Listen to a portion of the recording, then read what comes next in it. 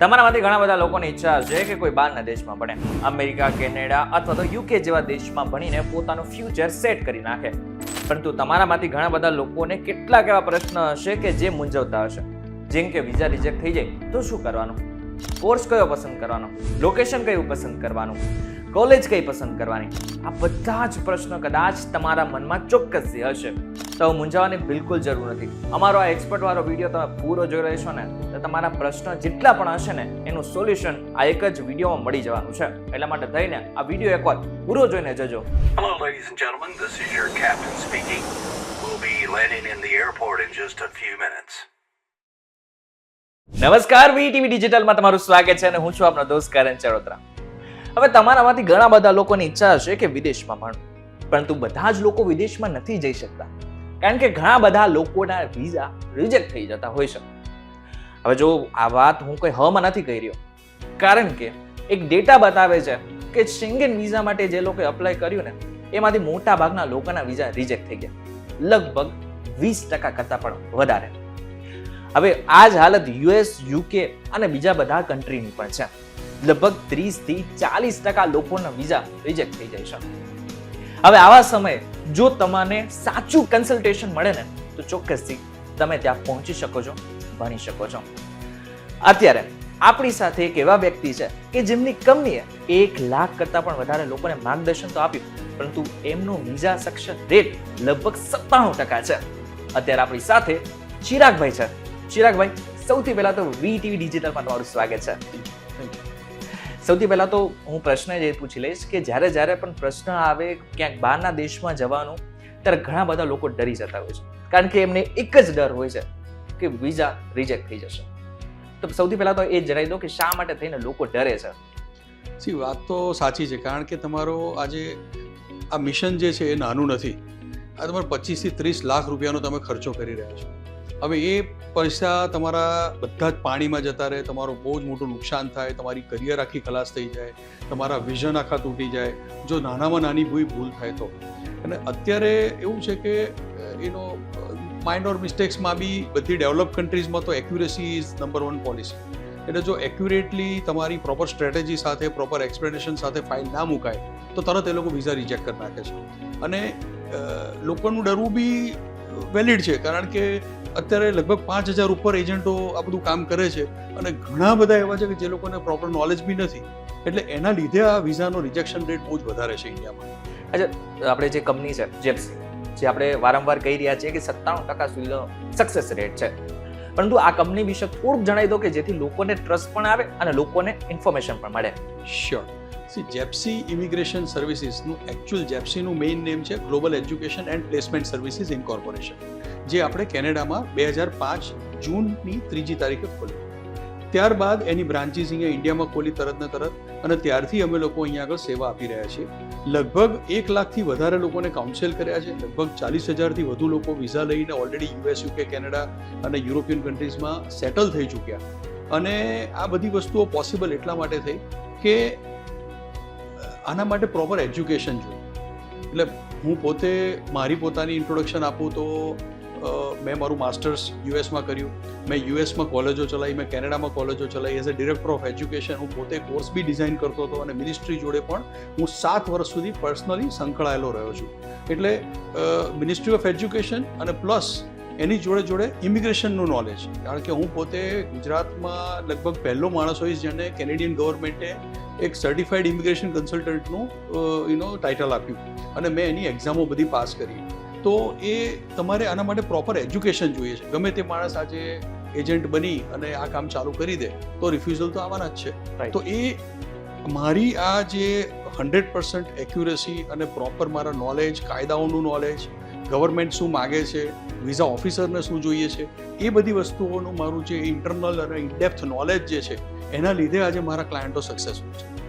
100%. અને જ્યારે હજી એક પ્રશ્ન આની સાથે સાથે એ થાય કે લોકોને શા માટે US, UK અને કેનેડામાં ભણવું હોય છે? હવે એની પાછળનું મોટું કારણ શું છે? બહુ જ અગત્યનું છે.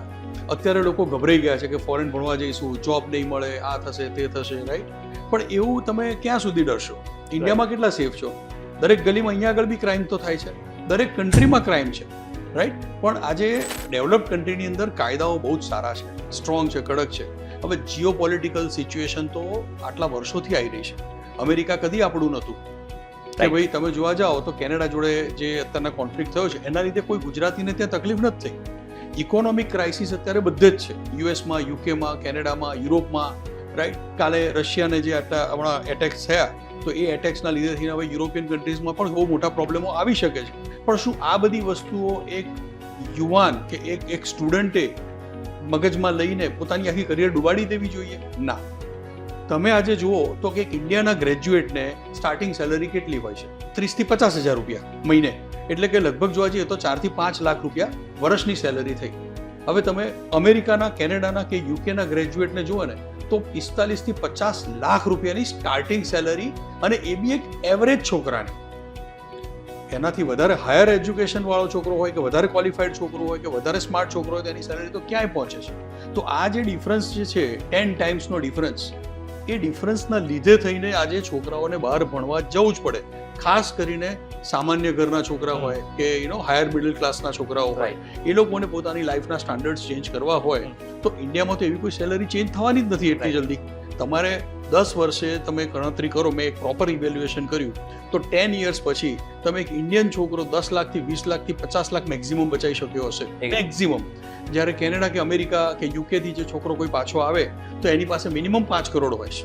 એની પાછળનું મોટું કારણ બી એ છે કે ડોલર કમાય છે. અને ત્યાં કોસ્ટ ઓફ લિવિંગ કરીને કમ્પેર કરો તો કોસ્ટ ઓફ લિવિંગને કાઢ્યા પછી પણ તમારે પુષ્કળ પૈસા બચે છે. 15 થી 20 લાખ રૂપિયા દર વર્ષે તમારા બચે છે after taking out all the expenses. અચ્છા, મને એક પ્રશ્ન થયો કે હું તમને અત્યારે પૂછી જ લઉં છું કે જે લોકો ત્યાં જોબ કરી જ રહ્યા છે એને કઈ કઈ ફેસિલિટીઝ મળે છે? તો મને થોડુંક અગર. ઘણા બધા બેનિફિટ્સ છે. તમારે એમ્પ્લોયમેન્ટના લોઝ પહેલાં તો બહુ જ સ્ટ્રિક્ટ છે, અને બધા જ લોઝ જે છે એ એમ્પ્લોયી ના ફેવરમાં છે. રાઈટ. એટલે તમારી જોડે કોઈ પણ ટાઈપનું રેસિઝમ કે કોઈ પણ ટાઈપનું તમારે એક્સપ્લોઇટેશન નથી થતું હતું ત્યાં આગળ, પહેલું તો. બીજું, સેફટી વાઇઝ બહુ જ સારું હોય છે. કોઈ પણ ટાઈપના એન્જિનિયર્સ છે, હવે ઇન્ડિયાના એન્જિનિયર્સને જે રીતના ટ્રીટ કરવામાં આવે અને કમ્પેર ટુ ત્યાંના એન્જિનિયર્સ, તો એ એન્જિનિયર્સોની સેફટી માટે બહુ જ ધ્યાન રાખવામાં આવે છે. હેલ્થકેર સિસ્ટમ તમે જોવા જાઓ તો કેનેડામાં ફોર એક્ઝામ્પલ તમે જુઓ તો હેલ્થકેર ટોટલી ફ્રી છે. તમારે એપેન્ડિક્સનું ઓપરેશન હોય કે તમારો હાથ તૂટી ગયો, કંઈ પણ પ્રોબ્લેમ હોય તમારે, બધી જ ટાઈપના ઓપરેશન્સ, બધી જ ટાઈપના તમારા ઇલાજો ફ્રી છે ત્યાં આગળ, નો ચાર્જ. રાઈટ. એ ઉપરાંત તમે જોવા જાઓ તો ઇવન પીપલ આર એજ્યુકેટેડ. સૌથી મોટો ફાયદો શું છે કે ભાઈ હવે ઇન્ડિયાની અંદર તમે લેવા જાઓ તો તમારે 85-90% લોકો હજી જોવા જાઓ તો એજ્યુકેટેડ, ભલે ભણેલા બી હશે ને તોય પણ મેનરલેસ. હજી આપણે ત્યાં તમે જોવા જાઓ તો ઘણી બધી જગ્યાએ આપણને મેનર્સનો અભાવ પડે છે. નો ડાઉટ સંસ્કારી ઘરો બહુ જ બધા છે, પણ ફોરેન કન્ટ્રીની અંદર લોકો કાયદાથી ડરે છે. પણ એક વખત આપણે નક્કી કરી લઈએ છીએ કે ચલો મારે મારા દીકરાને કે પછી પોતાને બહાર જવું છે, બહાર ભણવું છે, તો ગુજરાતમાં 5,000 કરતાં વધારાના એજન્ટ છે કે જેઓ એકચ્યુઅલમાં આવી રીતના કહે છે કે અમે તમને મોકલી આપીશું. પરંતુ હવે જ્યારે કોઈને ચૂઝ કરવું હોય તો આપણે કઈ રીતના આપણે પારખી શકીએ કે આ વ્યક્તિ સાચો છે, આ સાચો એજન્ટ છે? આમાં સૌથી વધારે આપણું કામ કરી જાય છે આપણું કલ્ચર, આપણા સંસ્કારો અને આપણી શરમ. આપણે પ્રોબ્લેમ શું કરીએ છીએ, કોઈ પણ આજે કન્સલ્ટન્ટ પાસે જઈએ તો શું જોઈએ છે?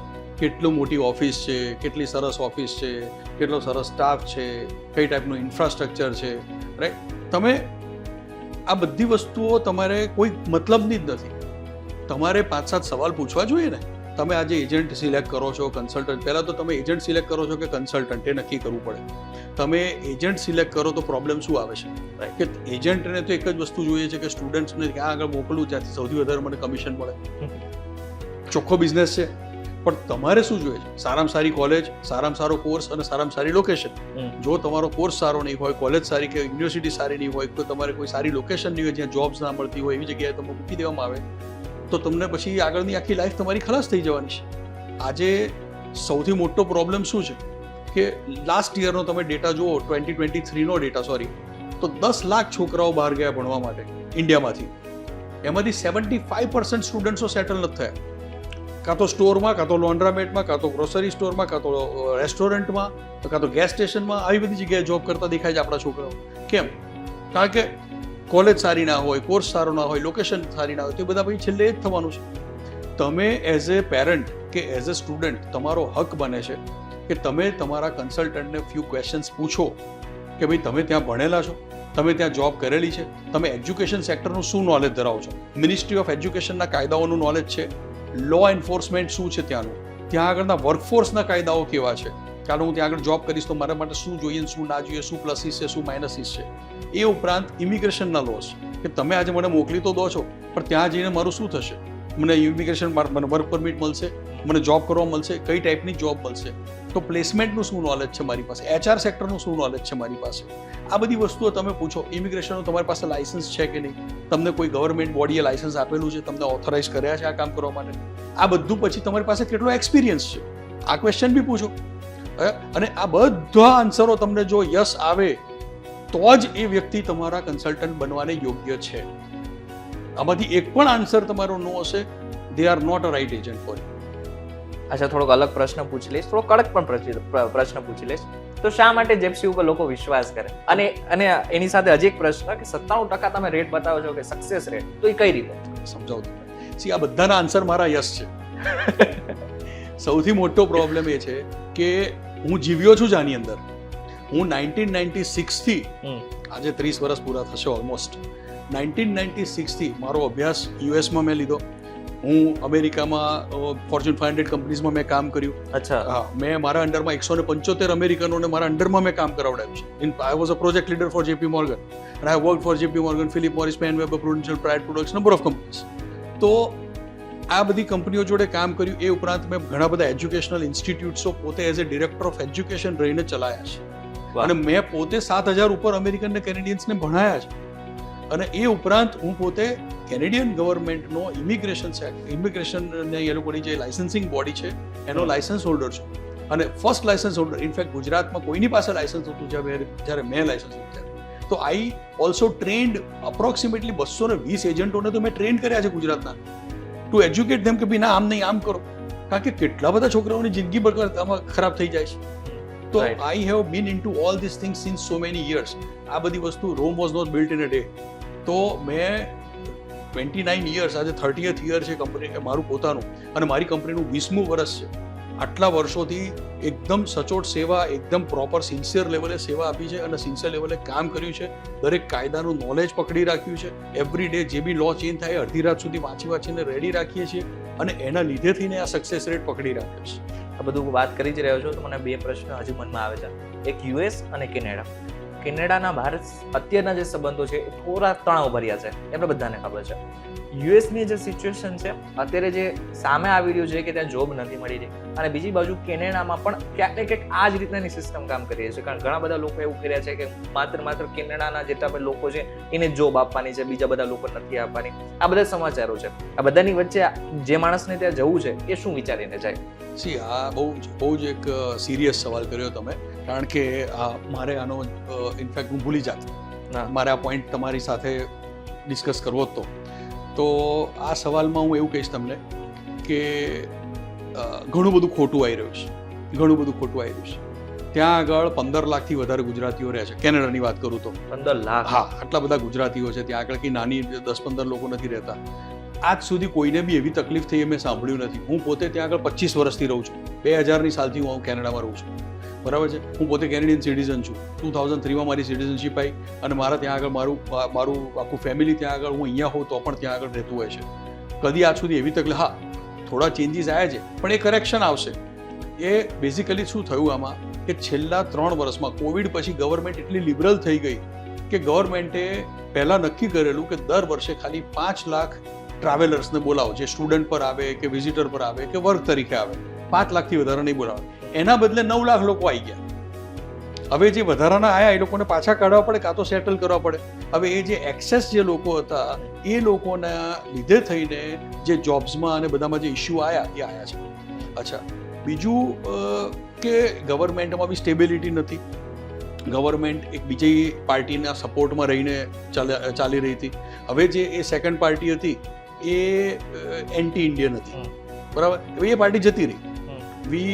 આમાં આખા આપણા ગુજરાતીઓ અને ઇન્ડિયનોએ યુનિટી બતાવી અને એ પાર્ટીને કોઈએ વોટ ના આપ્યો અને એ પાર્ટી જતી રહી. હવે જે પાર્ટી છે એ સ્ટેન્ડ અલોન પાર્ટી છે, પણ એ સ્ટેન્ડ અલોન પાર્ટીને બી ઇન્ડિયાની જોડેના રિલેશન જે છે જે તૂટી ગયા છે એને ઓર્ગેનાઇઝ કરતા થોડી વાર લાગશે.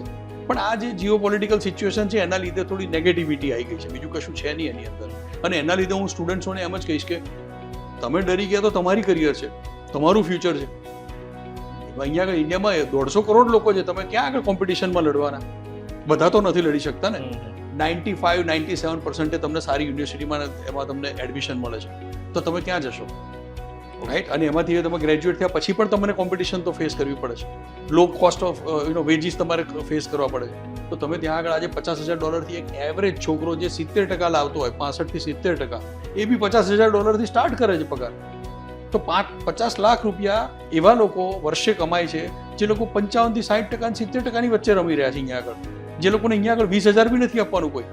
બરાબર. તો તમે વિચારો આટલો મોટો ડિફરન્સને જમ્પ જો મારવો હોય તો થોડુંક તો તમારે બી અંદર કોન્ટ્રીબ્યુટ કરવું પડશે. બરાબર છે. અને છતાં બી ત્યાં જેટલા પણ લોકો જાય છે એને અમુક સમસ્યા તો આવતી જ હશે ને, તો એ જેપ્સી કેવી રીતના હેલ્પ કરે છે? આ બે વસ્તુ એક સાથે આપણે લઈએ. જેપ્સીની કેનેડામાં 2005 થી ઓફિસ છે, અને જેપ્સી કેનેડામાં દરેક છોકરા જે મારા અહીંયા આગળથી આવે છે, છોડો મારા એકલાના છોકરા નહીં, કોઈ પણ ગુજરાતી કે કોઈ પણ ઇન્ડિયન ત્યાં આગળ આવે છે એને અમે ઘણી બધી મદદ કરીએ છીએ. અમારા પોતાના વોટ્સએપ ગ્રુપ્સો ચાલતા હોય છે જેમાંથી છોકરાઓ એકબીજાને હેલ્પ કરે છે. રહેવા માટેની સગવડ જોઈતી હોય, કોઈને જોબ માટે હેલ્પ જોઈતી હોય, કોઈને કોઈ ક્વેશ્ચન્સ હોય તો અંદર એ લોકો ડિબેટ કરીને રિઝોલ્વ કરી દેતા હોય છે. એ ઉપરાંત હું પોતે ત્યાં આગળ ઘણી બધી કોમ્યુનિટી ઇવેન્ટ્સોમાં પાર્ટિસિપેટ થતો હોઉં છું, ઘણી બધી જગ્યાએ લોકોને હેલ્પ કરતો હોઉં છું. અને સ્ટુડન્ટ્સો માટે ફ્રી કરિયર કાઉન્સેલિંગ છે, એટલે કંઈ પણ ગાઈડન્સ જોઈએ કે મારા વિઝા કેવી રીતે થશે. પ્રોબ્લેમ શું થાય છે, તમારો ક્વેશ્ચન બહુ જ સાચો છે. અહીંયા આગળથી એજન્ટ્સો શું કરે, તમને એડમિશન અપાયું, વિઝા અપાયું, મોકલી દીધા, પછી ત્યાં તમારું કોણ? એક્ઝેક્ટલી. તમને ત્યાં આગળ ગયા પછી તમને ક્વેશ્ચનો આવશે મગજમાં કે ભાઈ હવે હું બીજો કોર્સ લઉં કે ના લઉં, હું ક્યારે ગ્રેજ્યુએટ થઈશ ત્યારે કયો કાયદો મને કામ આવશે, ઇમિગ્રેશનના 50 પ્રોગ્રામ છે તેમાંથી મારા માટે કયો પ્રોગ્રામ, કયા પ્રોગ્રામમાં ઓછો ખર્ચો થશે, કયા પ્રોગ્રામમાં મારું ફાસ્ટ PR થશે, જોબ લઉં તો કઈ લઉં, કયા પર્ટિક્યુલર કરિયરના પાથ પર હું આગળ વધું જેની અંદર વધારે ગ્રોથ છે, આર્ટિફિશિયલ ઇન્ટેલિજન્સ આવી રહ્યું છે તેના લીધે થઈને કઈ કરિયરો ડાઉન જશે, કઈ કરિયરો અપ જશે. આ બધી વસ્તુઓ તમે અત્યારે વિચારવાની છે જતા પહેલા, અને ત્યાં પહોંચ્યા પછી બી આ દરેક વસ્તુમાં એવરીડે ચેન્જીસ આવી રહ્યા છે. તો એ ચેન્જીસ અમે લોકો ધ્યાન રાખીએ છીએ, અને અમારા બધા જ સ્ટુડન્ટ્સોને અમે પર્સનલ લેવલે મદદ કરીએ છીએ કે ભાઈ તું આ કર, તું આ ના કર. આજે આ ખરાબ સિચ્યુએશનની અંદર તમે જોવા જાઓ તો 75 to 80% ગુજરાતીઓ ત્યાં આગળ અંડર એમ્પ્લોયડ છે. એન્જિનિયર થઈને સબવે પર સેન્ડવિચ વેચે છે, તો એ અંડર એમ્પ્લોયડ કહેવાય. બરાબર છે. મારો કોઈ પણ છોકરો આજે એવી રીતે નથી સિચ્યુએશનમાં, બીકોઝ અમે એને અહીંયા નહીં ત્યાં આગળ આવ્યા પછી પણ અમે એ લોકોને PR મળે, એ લોકોનું સિટીઝનશીપ થાય ત્યાં સુધીના બધા કામો અમને આપે છે એ લોકો, અને અમે એ લોકોને આખા કેનેડામાં સૌથી લોએસ્ટ કોસ્ટમાં અને પોતાના ફેમિલીની જેમ હેલ્પ કરીને ટ્રીટ કરીને સપોર્ટ કરીએ છીએ. તો પણ બિઝનેસ એક્સપાન્ડની વાત કરી રહ્યા છો, એ કેવી રીતે પોસિબલ છે? માનો કે તમે અહીંયા આગળ એક કંપની ચલાવો છો, તમારું અહીંયા આગળ વ્યવસ્થિત સારું ટર્નઓવર છે, તમારે અહીંયા આગળ એમ્પ્લોઈઝ છે, તમે ટેક્સ રિટર્ન્સ પ્રોપર ફાઇલ કરો છો, તમને એવું લાગે છે કે તમારી પોતાની કંપની માટે તમારા બિઝનેસનો સ્કોપ ફોરેનમાં વધારે છે, તમારે યુએસમાં કે કેનેડામાં એક્સપાન્ડ કરવું છે, તમારે ત્યાં બ્રાન્ચીસ કરવી છે, તમારે ત્યાં ફ્રેન્ચાઇઝીસ કરવી છે, અને તમારે પોતે બી ત્યાં આગળ સેટલ થઈ જવું છે, તો એ વસ્તુ માટે there are number of good ideas and tricks. કેનેડામાં અને અમેરિકામાં બંને. ફોર એક્ઝામ્પલ અમેરિકાની વાત કરીએ તો ત્યાં L1 વિઝા છે, બીજી બધી કેટેગરી કરતા ફાસ્ટેસ્ટ ઇમિગ્રેશન એટલે કે ગ્રીન કાર્ડ મેળવવું હોય તો L1 વિઝા છે. તો વી સ્પેશિયલાઇઝ ઇન ધેટ ઓલ્સો. તમારે અહીંયા આગળથી તમારી કંપનીની બ્રાન્ચ ત્યાં આગળ ખોલીને એની ઉપર તમને L1 અપાઈને એની ઉપરથી તમારું ગ્રીન કાર્ડ થાય ત્યાં સુધીની આખી પ્રોસેસ આપણે કરીએ છીએ. અને સેમ પ્રોસિજર કેનેડામાં પણ છે, એમાં બી અલગ અલગ મેથડ્સ છે. સાહેબ આના કરતાં બીજી એક તમને વાત કહું કે મેં હમણાં ઘણા બધા પેરેન્ટ્સોને જે બિઝનેસમેન હતા એ લોકોને એક મેથોડોલોજી વાપરી જેમાંથી એ લોકો ફ્રીમાં ત્યાં આગળ ગ્રીન કાર્ડ લઈને બેઠા છે, ફ્રીમાં, રાઈટ, એટલે કેનેડામાં PR કાર્ડ. તો તમારો ચાઇલ્ડ જ્યારે અહીંયાથી બહાર ભણવા જાય છે તો ફોરેન સ્ટુડન્ટ તરીકે 5 ગણી ફી ભરે છે, રાઈટ, પણ લોકલ સ્ટુડન્ટ તો 1/5 કે 1/4 રેટમાં ત્યાં આગળ ભણે છે. હું આ પેરેન્ટ્સોને એમ કહું છું કે તમે પોતે ત્યાં આગળ આપણે વર્ક પરમિટ લઈ લો, તમારો પોતાનો બિઝનેસ ત્યાં એસ્ટાબ્લિશ કરો, એની પર તમારી પોતાની વર્ક પરમિટ કરો. હવે એ જે ખર્ચો થાય છે ને, અને એ વર્ક પરમિટ ઉપર તમારું ગ્રીન કાર્ડ કે PR કાર્ડ આવે છે એનો જે ખર્ચો છે ને, એનાથી ઓછા ખર્ચામાં તમારા ચાઇલ્ડનું આખું એજ્યુકેશન પતી જાય છે. ઓકે. એટલે તમે જે એક્સપેન્સ તમારા ચાઇલ્ડના એજ્યુકેશનમાં નાખવાના છો એનાથી ઓછા ખર્ચામાં તમારું આખું family green card PR card લઈ લે છે. કારણ કે as soon as you get a work permit તમે ત્યાં આગળ લોકલ થઈ ગયા, તમારા ચાઇલ્ડ ત્યાં આગળ લોકલ થઈ ગયા, એ લોકલ કોસ્ટમાં ભણે છે, અચ્છા તો વાય ટુ વેસ્ટ મની. એટલે આવી ઘણી બધી ટ્રિક્સ ને ટેકનિક્સ છે જેનો યુઝ કરીને તમે તમારા પૈસા બચાવી શકો છો. ચોક્કસથી. આપણે પોડકાસ્ટને એન્ડ ઉપર લઈ જાય એની પહેલા મારી એક નાની એવી રિક્વેસ્ટ છે કે તમે જેટલા પણ ગેસ્ટ આપણી સાથે જોડાયા છે એમને એક નાની એવી ટીપ આપો કે શા માટે થઈને અગર કેનેડામાં જવું છે, યુએસમાં જવું છે, એક એવી ટીપ કે જે એમના કામમાં આવવાની છે. મિત્ર, કઈ પણ વસ્તુ ઇઝી નથી. હું પોતે બી જ્યારે અહીંયાથી નીકળ્યો હતો જર્ની પર મારી લાઈફ બનાવવાની, તો બહુ હાર્ડશીપ હતી. 18 કલાક એવરી ડે કામ કર્યું મેં, 7 દિવસ જોડે જોડે હું ભણ્યો, જોડે જોડે મારું માસ્ટર્સ કમ્પ્લીટ કરીને પછી આગળ મેં જોબ્સ ચાલુ કરી અને પછી લાઈફ ધીમે ધીમે પાટે આવી. તો તમે ગભરાઈ જાઓ કે ભાઈ કેનેડામાં આવું છે, અમેરિકામાં આવું છે, કે યુરોપમાં આવું છે, કે યુએસમાં કે યુકેમાં આ પ્રોબ્લેમ છે, એ ડરીને તમારાથી નહીં જોવાય. જો તમારી પાસે પ્રોપર કેલ્ક્યુલેશન હશે તો તમે ક્યાંય ખોટા નહીં પડો. તમારો એક્ઝેક્ટ કોસ્ટ કેટલી, તમારા ભણવાની કોસ્ટ કેટલી, રહેવા ખાવા પીવાની કોસ્ટ કેટલી, ત્યાં આગળ તમારે બફર સ્ટોકમાં તમારે એક્સ્ટ્રા થોડો પૈસા કેટલા રાખવાના, આ તમારી પાસે ટોટલ બજેટની તમારી પાસે વ્યવસ્થા હોય તો કોઈ પણ ડર વગર તમે એક સારો અને એક એકદમ પ્રોપરલી સ્ટ્રેટેજી સાથેનો કોર્સ લઈને તમે જાઓ તો તમારું સક્સેસ 100% છે. એટલે ડરી જવાથી કશું થવાનું નથી. That is my most important advice to you. કારણ કે એક કોમન મેન તરીકે 50 હજાર મેક્ઝિમમ તમે અહીંયા આગળ મહિને કમાવાના છો. જો તમે સારામાં સારા તમારી સ્કિલ્સ હોય તો બી અમદાવાદની તમે જોવા જાઓ કે ગુજરાતની અંદર તમે જોવા જાઓ તો 50,000ની આસપાસની સેલરી તમે કાં તો એક્સ્ટ્રા ઓર્ડિનરી હો તો વસ્તુ અલગ છે કે લાખ 1.5 લાખ રૂપિયા બી મળી જાય તમે, પણ એ ઇન 1 કરોડ, 1 કરોડમાંથી એક એવું નીકળશે કે જેને લાખ રૂપિયા ઉપર સ્ટાર્ટિંગ સેલરી મળે ગ્રેજ્યુએટ થઈને તરત ગુજરાતમાં. બરાબર? તો તમારે આજે તમારી લાઈફસ્ટાઈલ ચેન્જ કરવી હોય કે ભાઈ તમારે 50 લાખ રૂપિયા વર્ષે કમાવા હોય તો આ કન્ટ્રીઝ જ તમને એ વસ્તુ આપી શકે છે. અચ્છા ચિરાગભાઈ, આ બધી જ આપણે વાત કરી રહ્યા છો તો તમને એકચ્યુઅલમાં 28 વર્ષનો અનુભવ છે અને બહુ જ મોટી વાત કહેવાય. કારણ કે એક વ્યક્તિને જ્યારે 28 વર્ષનો અનુભવ હોય અને જ્યારે કેનેડા માટે કોઈ પણ સ્ટુડન્ટ મોકલતા હોય તો એમના માટે બહુ જ ઇમ્પોર્ટન્ટ એ પણ થઈ જાય છે કે લોકો એમના પર ટ્રસ્ટ કરે છે. આની સાથે સાથે તમે 28 કન્ટ્રીના 28,000 જેટલા પણ કેસીસ છે એને સોલ્વ કર્યા છે. પરંતુ છતાં પણ એક પ્રશ્ન થાય કે કઈ એવી કન્ટ્રી છે કે જે સ્ટુડન્ટ માટે બેસ્ટ છે? બેસ્ટ કન્ટ્રી કેવી રીતે સિલેક્ટ કરવી એ બહુ એક અગત્યની વસ્તુ છે. કારણ કે તમે આજે બહુ જ મોટું રોકાણ કરવા જઈ રહ્યા છો, હ્યુજ અમાઉન્ટ ઓફ મની તમે ઇન્વેસ્ટ કરી રહ્યા છો, તો બેસ્ટ કન્ટ્રી કઈ? કે USA, Canada, Australia, New Zealand, Cyprus, Denmark, Hong Kong, બધી જ જગ્યાએ તમે જાઓ તમને ઇમિગ્રેશન કહો કે ભાઈ વર્ક પરમિટ કહો કે ગ્રોથની ઓપોર્ચ્યુનિટી અલગ અલગ લેવલે મળી રહી છે. કે જર્મની જાઓ, કોઈ પણ કન્ટ્રીમાં. પણ આ બધી કન્ટ્રીમાં કોણે કઈ કન્ટ્રીમાં જવું જોઈએ, કોના માટે કયો ગ્રોથ છે એ જાણવું બહુ અગત્યનું છે. ફોર એક્ઝામ્પલ એન્જિનિયર્સ હોય અમુક ટાઈપના તો એ લોકો જર્મનીમાં વધારે ગ્રોથ હશે, મેનેજમેન્ટવાળા હોય તો યુએસ કેનેડામાં વધારે ગ્રોથ હશે, યુકેમાં વધારે ગ્રોથ હશે, ડોક્ટર્સ હોય તો એ લોકોને બી યુએસ અને કેનેડામાં વધારે ઓપોર્ચ્યુનિટી છે. પણ તમારા બેકગ્રાઉન્ડ પ્રમાણે તમે કન્ટ્રી સિલેક્ટ કરો. That is number 1. નંબર 2 કે જ્યાં આગળ તમને વધારે નંબર ઓફ કંપનીઝ છે, નંબર ઓફ ઓપોર્ચ્યુનિટીઝ છે, એ પ્રમાણે તમે ત્યાં આગળ જો તમારો કોર્સ ને કન્ટ્રી સિલેક્ટ કરો તો તમને ત્યાં આગળ જઈને તરત જ જલ્દીથી જોબ મળી શકે. પહેલું તો એ પછી બીજું આવે છે તમારું ફંડ્સ. કઈ કન્ટ્રીમાં તમારું એક્સપેન્સીસ વધારે છે, કયા લોકેશનમાં. લેટ્સ સે તમે યુએસમાં જાઓ છો ને કેલિફોર્નિયા જાઓ છો તો ત્યાં આગળ તમારું cost of living two high છે.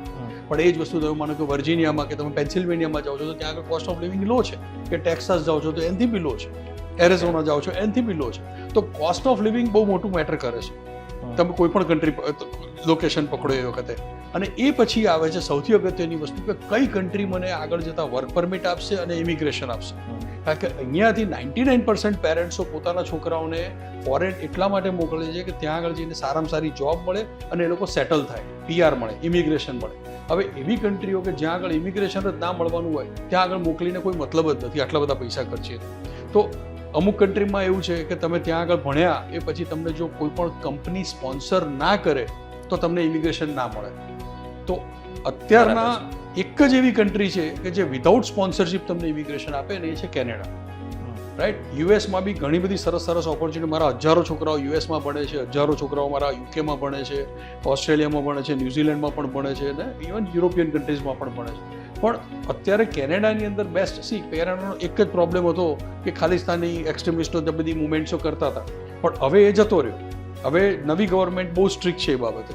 અને ઇવન આપણે હમણાં વાત થઈ કે મોદી સાહેબ ત્યાં જઈને આવ્યા તો એનાથી બી બહુ જ મોટો ચેન્જ આવ્યો છે. તો એ એક જે પ્રોબ્લેમ હતો એ જતો રહ્યો, તો એ પછી હવે બીજો કોઈ પ્રોબ્લેમ કેનેડામાં નથી. અને કેનેડામાં તમે ભણ્યા પછી તમને ગેરંટેડ 3 વર્ષની વર્ક પરમિટ આપે છે, અને એ પછી તમને ગેરંટેડ એમાં અંદર PR થઈ જાય, તમારું ઇમિગ્રેશન થઈ જાય છે. તો એ રીતે જોવા જાઓ તો કોસ્ટ વાઇઝ PRની પ્રોમિસિંગ પોસિબિલિટી વાઇઝ જોવા જાઓ તો કેનેડા જેવું કશું જ નથી અત્યારે. પણ દેટ ડઝન્ટ મીન કે અમેરિકા ના જવાય કે UK ના જવાય, બધાના પોતાના પ્લસીસ છે. અગેન તમારો કોર્સ, તમારું બેકગ્રાઉન્ડ, તમારી કરિયર શું છે, અને ત્યાં આગળ સારામાં સારી ઓપોર્ચ્યુનિટી છે, એ પ્રમાણે જો સિલેક્શન કરશો તો મેક્સિમમ બેનિફિટ મળશે વસ્તુ.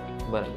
તો પણ આ બધામાં પ્રશ્ન હજુ થાય કે જે લોકોને પહેલી વખત જવું છે કેમ પણ કોઈ પણ દેશમાં, કેનેડાની વાત કરીએ, US ની વાત કરીએ, હવે ફંડ તો જોઈએ જ, એના વગર તો જઈ ના શકાય. પરંતુ હવે ઘણા બધા પેરેન્ટ્સ હોય છે ચિંતામાં આવી જાય અને લોન લઈ લેતા હોય છે. ઘણા બધા લોકો તો પર્સનલ લોન લઈ લે, જે એકચ્યુઅલમાં તો પછી એના ફ્યુચર માટે, જે પેરેન્ટ્સ છે એમના ફ્યુચર માટે ઊભા થઈ જતા હોય છે. તેમના માટે શું કહેશો? હું એક જ વસ્તુ કહીશ કે તમારી જેટલી ચાદર છે એટલો પગ ફેલાવો. રાઈટ. પેરેન્ટ્સોએ નેબરમાંથી મારા નેબરનો છોકરો ગયો એટલે મારે મોકલવો જ પડશે, કે એનો ફ્રેન્ડ ગયો એટલે મારે મોકલવો જ પડશે, કે મારો રિલેટિવ ગયો એટલે મારે મોકલવો જ પડશે મારા ચાઇલ્ડને, એવી રીતે તમે ડિસિઝન ના લેતા. જે પેરેન્ટ્સો એક્સ્ટ્રીમ સ્ટ્રેસમાં પોતાના છોકરાને મોકલે છે, બાળકને મોકલે છે, એ પેરેન્ટ્સોના સ્ટ્રેસથી વધારે એ બાળકને બી સ્ટ્રેસ હોય છે કે સન કે ડોટર તમારા ત્યાં જાય છે, તમે ખૂબ લોન લીધેલી છે, એ સ્ટ્રેસમાં કે મારા ફાધરને કે મારા મધરને કેટલી તકલીફ પડતી હશે, એ સ્ટ્રેસમાં એ ભણવાના કરતાં વધારે પૈસા કમાવામાં ધ્યાન આપે છે, જેના લીધે ભણવાનું એનું કોમ્પ્રોમાઇઝ થાય છે, અને એના લીધે કદી એ કરિયર જ નથી બનાવી શકતો. અને એવા જ છોકરાઓ તમે લાઈફ ટાઈમ માટે તમે સ્ટોરમાં, ગેસ સ્ટેશનમાં, મોટલમાં અને લોન્ડ્રોમેટમાં એ બધી જગ્યાએ નોકરી કરતા દેખાય તમને. તો તમે સ્ટ્રેસમાં રહેશો તો તમે ગ્રોથ નહીં મળે તમને. If you need growth, if you want to achieve something, you are supposed to be relaxed. Mentally તમે રિલેક્સ્ડ હો તો જ તમે કોન્સન્ટ્રેટ કરી શકશો, અને તો જ તમે ગ્રો થશો. તો કોઈ પણ પેરેન્ટ આજે એવી રીતના એટલું બધું એક્સ્ટ્રીમલી હાર્ડશિપ કરીને મોકલે એ ખોટું છે. બીજું કે દુનિયા પતી નથી જવાની. તમે એમ કહો કે 12th પાસ કર્યું એટલે અત્યારે મારા ચાઇલ્ડને હું મોકલી દઉં. હા, તમારી પાસે ખૂબ પુષ્કળ પૈસો હોય, તમારી પાસે 5 times તો પૈસો હોવો જોઈએ. માનો કે તમે $20,000 ખર્ચો છો, તમે 100,000 હોવા જોઈએ, તો તમે 20,000 ખર્ચો. હું આ રીતનું માનું. ચલો મેક્સિમમ તમારે સ્ટ્રેચ થવું હોય તો ચલો તમે 4 times જાઓ, પણ એનાથી નીચે તમે જશો એ ખોટી વસ્તુ છે. તમે બેચલર કરવાની અને માસ્ટર્સ માટે બી મોકલી શકો છો. પોસ્ટ ગ્રેજ્યુએશનના નાના ડિપ્લોમાસ હોય છે, એમાંથી બી બહુ ડ્રાસ્ટિક ડિફરન્સ લાવી શકાય છે. એક પોસ્ટ ગ્રેજ્યુએટ ડિપ્લોમા કરીને બી સ્ટાર્ટિંગ પગાર કેનેડા, અમેરિકા અને UK જેવી કન્ટ્રીઝની અંદર તમને $50,000 to $60,000 જેટલો મળી શકે છે, ખાલી પોસ્ટ ગ્રેજ્યુએટ ડિપ્લોમા કરીને બી. માસ્ટર ડિગ્રી કરો $70,000-80,000 સ્ટાર્ટિંગ પે મળી શકે છે. તો બેચલરના 4 વર્ષનો એક્સ્ટ્રીમ એક્સપેન્સ કરવો એ જરૂરી નથી. બીજી વસ્તુ તમે એ બી જુઓ કે તમારા ચાઇલ્ડની કેપેસિટી શું છે. 50% 60% વાળા છોકરાઓને તમે મોકલો, અને જો ત્યાં આગળ જઈને જો ભણી ના શકવાના હોય, ફેલ થવાના હોય, ઘર ના સાચવી શકવાના હોય, પોતાની ગ્રોસરી ના કરી શકતા હોય, પોતે ખાવાનું ના બનાવી શકતા હોય, જોબ ના કરી શકતા હોય, અહીંયા આગળ તમે એમને ટ્રેન જ નથી કર્યા એ રીતે, અને તમે જો લાડ પ્રેમથી એકદમ એ લોકોને ઉછેર્યા છે, તો ત્યાં આગળ જઈને એ લોકો બહુ જલ્દીથી ડિસઅપોઇન્ટ અને ડિપ્રેસ થઈ શકે છે. તો તમે અહીંયાથી એ લોકોને પહેલાં તો પ્રિપેર કરો એ લેવલે. એટલે ફાઇનાન્સ અને તમારી સ્ટ્રેન્થ, આ બંને વસ્તુઓ બહુ ઇમ્પોર્ટન્ટ છે જ્યારે તમે ફોરેન મોકલી રહ્યા છો. તો બંને લેવલે તમે તમારા ચાઇલ્ડને તૈયાર કરો. હું આટલું કહીશ. બરાબર છે. આપણે કેનેડાની વાત કરી તો યુએસની વાત પણ થોડી કરી લઈએ. હવે તમે યુએસમાં રહેલા છો, તમને ખબર છે, તમે ત્યાં ભણેલા છો, ત્યાં કામ પણ કરેલું છે અને બિઝનેસ પણ કરેલો છે.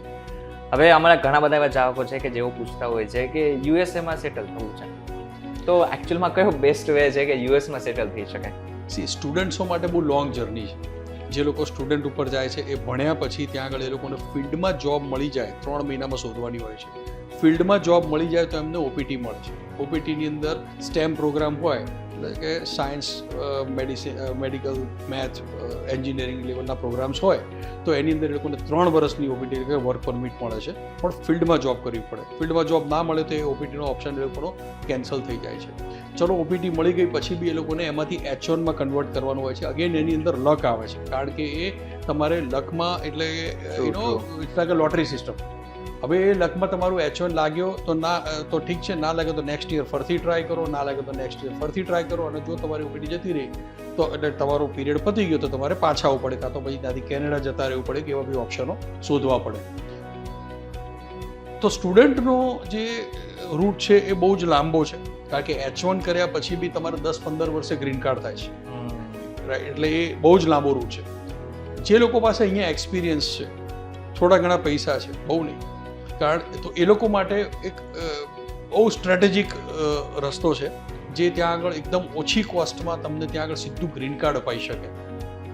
તમે ફોર એક્ઝામ્પલ તમે EB-5 સાંભળ્યું હશે, બધા અત્યારના EB-5 ઇન્વેસ્ટમેન્ટ ઓપોર્ચ્યુનિટી પર જઈ રહ્યા છે, પણ એની અંદર રૂરલ એરિયામાં જાઓ તો બી તમારે $8 લાખ રોકવા પડે છે, અને તમે જો અર્બન એરિયામાં જાઓ તો 1.2 મિલિયન એટલે કે $12 લાખ તમારે આપવા પડે છે. એટલે એપ્રોક્સિમેટલી 10 કરોડની આસપાસનો તમારો મિનિમમ ખર્ચો થાય છે. અને જો તમે ગોલ્ડ કાર્ડ જે હમણાં ટ્રમ્પે કાઢ્યું છે એમાં જાઓ છો તો એ સ્કીમની અંદર તમારે $5 મિલિયન નું તમારે ત્યાં આગળ રોકાણ કરવું પડે છે, which is significantly high amount. હવે આટલો બધો ગાંડપણ કરીને આટલા બધા પૈસા નાખીને તમે ત્યાં આગળ જાઓ અને એ પૈસા તમારા જો પાછા ના આવ્યા તો it's a huge loss to you, જે રિકવર કદી નહીં થાય લાઈફ. એના કરતાં there are other options. Let's say તમે બિઝનેસ કરો છો તો તમારા બિઝનેસને ત્યાં આગળ તમે L1 વિઝા લઈને એક્સપાન્ડ કરી શકો છો, અને એની ઉપર તમને 4 થી 5 વર્ષમાં સીધું ગ્રીન કાર્ડ મળે છે. L1 વિઝાની અંદર કોઈ પણ રોકાણની મેન્ડેટરી કમ્પલસરી લિમિટ નથી. એટલે તમે $100,000 બી તમે લઈ શકો છો, $200,000 બી લઈ શકો છો.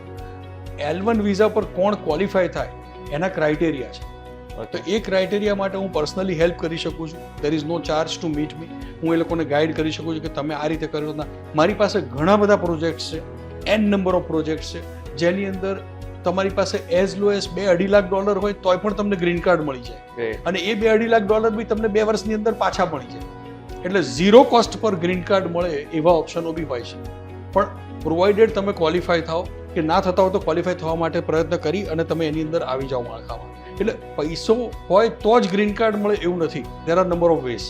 તો ડેફિનેટલી કોઈને પણ ઈચ્છા હોય તો એક્સપ્લોર કરવાની, તો they can meet me and I can guide them. બરાબર છે ચિરાગભાઈ, તમે જે રીતના આખી વાત કરીને લોકોને આજે પોડકાસ્ટમાં તમે જે રીતનું સમજાવ્યું છે, એ જે લોકોને કેનેડા, USA, આની સાથે સાથે યુકેમાં જવું છે ને એ લોકોને ફાયદો થશે. આની સાથે સાથે જે લોકોને એકચ્યુઅલમાં ત્યાં સેટલ થવું છે એ લોકોને ચોક્કસથી ફાયદો થશે.